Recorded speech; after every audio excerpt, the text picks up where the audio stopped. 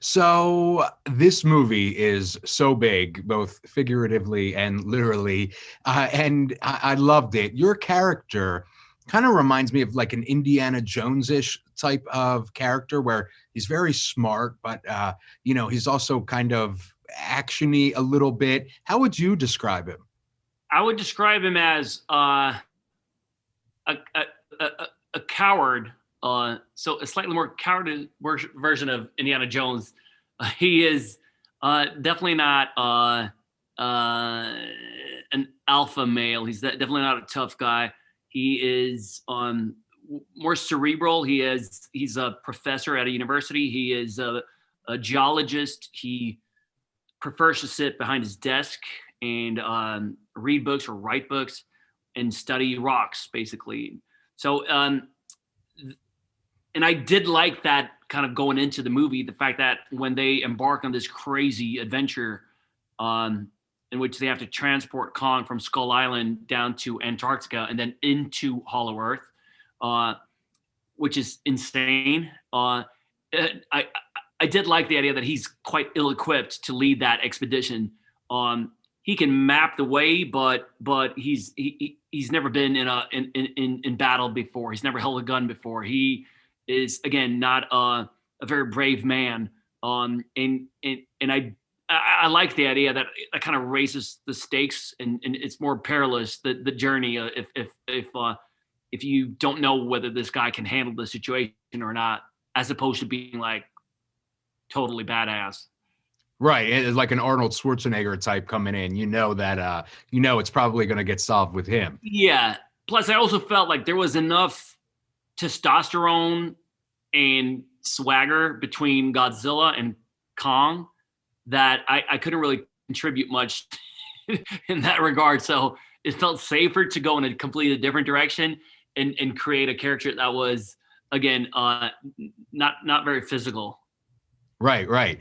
And so your career, you've done everything from, character studies to, all across the spectrum, if you will, of acting. This is a ginormous, summer tentpole film. Hey, how is that like for you as an artist to go to be able to bounce back and forth through those things ultimately to something humongous like this? Yeah, it was an itch I had a felt a strong need to scratch. I hadn't done a big summer blockbuster tentpole movie since Tarzan, which was 5 years ago. And like I said, since then I've worked mostly on more intimate, character-driven pieces, and also very dark, heavy subject matters, like domestic abuse on Big Little Lies, or the conflict in the Middle East on The Little Drummer Girl. So after 5 years of that, again, some of the most incredible and fulfilling experiences of my career. But after 5 years of that, I was so ready to go and do something big and crazy and fun and silly and unpretentious and wild. And I knew Adam Wingard, the filmmaker, from years ago. We met in LA, and when I've been a big fan of both his work, but him as a guy as well. He's really lovely, and this felt like the perfect one if you're going to go and do something cathartic in a way and just go have fun. I felt safe doing it with him because he's really, really smart. And it's about, I think he finds the right balance between taking it incredibly serious on the subject matter and respecting Godzilla and Kong and the legacy of these iconic cinematic figures, but also doing it slightly tongue in cheek and with a sense of humor and having fun with it and kind of leaning into that at the same time. And so I felt like I was, in the right hands with Adam there. And, it's interesting that you say that, because I feel like that this monster verse is more human maybe than previous, generations of big kind of Titan films. At least I, especially like watching Kong. I'm Team Kong all the way. And once I saw Skull Island, I felt this like humanness that is often lacking from big kind of huge tentpole blockbuster movies, and this has that same kind of touch. Was that important to you to have that kind of human element to the film? Yeah, I think it's crucial. In a way, I think it's easier with a character like Kong than with Godzilla, because Kong is more anthropomorphic. So it's easier for the audience to connect with him, because he's, again, so animated and have these almost human qualities.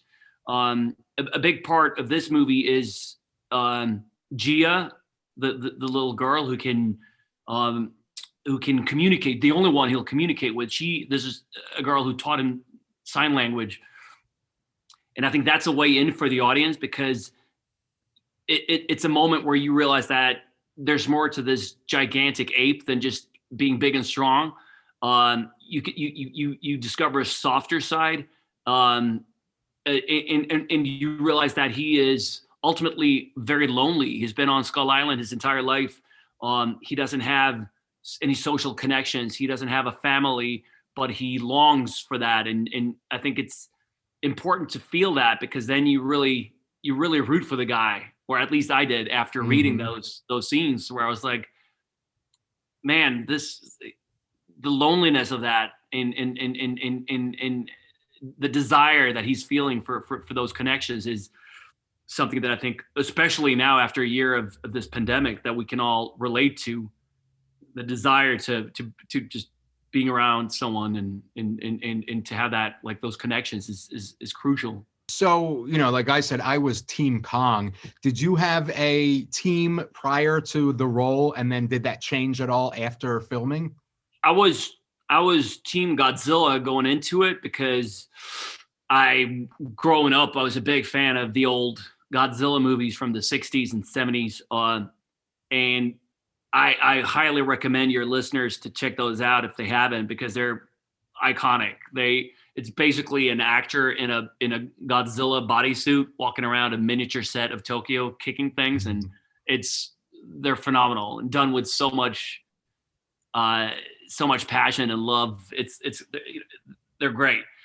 So yeah, definitely Team Godzilla going into it. But then, like I mentioned, spending 6 months on set, my character's with Kong the whole way. And when we shot those scenes, and with Kong connecting with Gia, and you feel that the desire he has for family, for connections, it really melted my heart, and I think I turned and became Team Kong after that.